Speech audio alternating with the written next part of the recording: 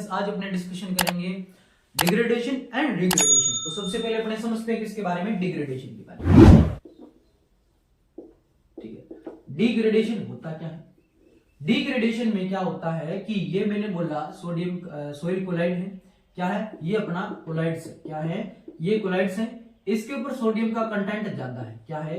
यहां पर सोडियम का कंटेंट ज्यादा है। ठीक है, सोडियम का कंटेंट ज्यादा होने की वजह से, सोडियम का कंटेंट ज्यादा होने की वजह से जब भी ये सोइल के सॉल्यूशन में H2O के साथ रिएक्शन करता है तो यहां क्या होगा? H2O के साथ रिएक्शन करने के थ्रू यहां पर सोडियम का कंटेंट धीरे धीरे कम होने लग जाता है। जैसे अपने सोडियम हो गया, सोडियम हो गया। ठीक है, एक अपने पास यहां से टूट करके हाइड्रोजन आ जाएगा, एक अपने पास क्या है? कैल्शियम पहले से यहां था। ठीक है, तो इस हिसाब से ये क्या होती है, यहाँ रिएक्शन होती है जहां पर सोडियम का कंटेंट क्या हो गया? कम हो गया। ठीक है, कम होने के बाद यहाँ पर आगे अपने देखें अलग एलिमेंट अपने पास क्या बना?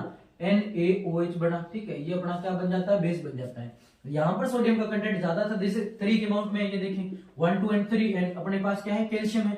ठीक है, ये कैल्शियम जब इस सोइल सॉल्यूशन के वाटर के साथ रिएक्शन करता है तो यहाँ पर क्या हो जाता है? सोडियम कंटेंट धीरे धीरे कम होने लग जाता है, जिसे क्या बोला जाता है? डिग्रेडेशन। और रिग्रेडेशन होती है इसी की इनवर्स रिएक्शन होती है, जिसे क्या बोलते हैं? रिग्रेडेशन। क्या बोलेंगे इसे? रिग्रेडेशन। बहुत इंपॉर्टेंट डेफिनेशन है रिग्रेडेशन। ठीक है, तो रिग्रेडेशन में होता क्या है? ये जो सोडियम कंटेंट है, ठीक है, नीचे गया हुआ सोडियम जो है या कंपोनेंट जो नीचे बैठ जाते हैं इनके बनने से, ये वापस क्या होता है? ये सोइल के कोलाइड के ऊपर आ जाते हैं। ठीक है, ये सोइल के कोलाइड के ऊपर वापस आ जाते हैं। और किसके थ्रू वापस आते हैं? ये जो होता है इवापोरेशन के थ्रू होता है। यहाँ तो लीचिंग होता है। ठीक है, लीचिंग के थ्रू अलग जो कंपोनेंट होते हैं नीचे सोइल सरफेस पे चले जाते हैं। और यहाँ क्या होता है? यहाँ पुनः इवापोरेशन होता है। क्या होता है? इवापोरेशन। याद रखना, इवापोरेशन के थ्रू क्या होता है?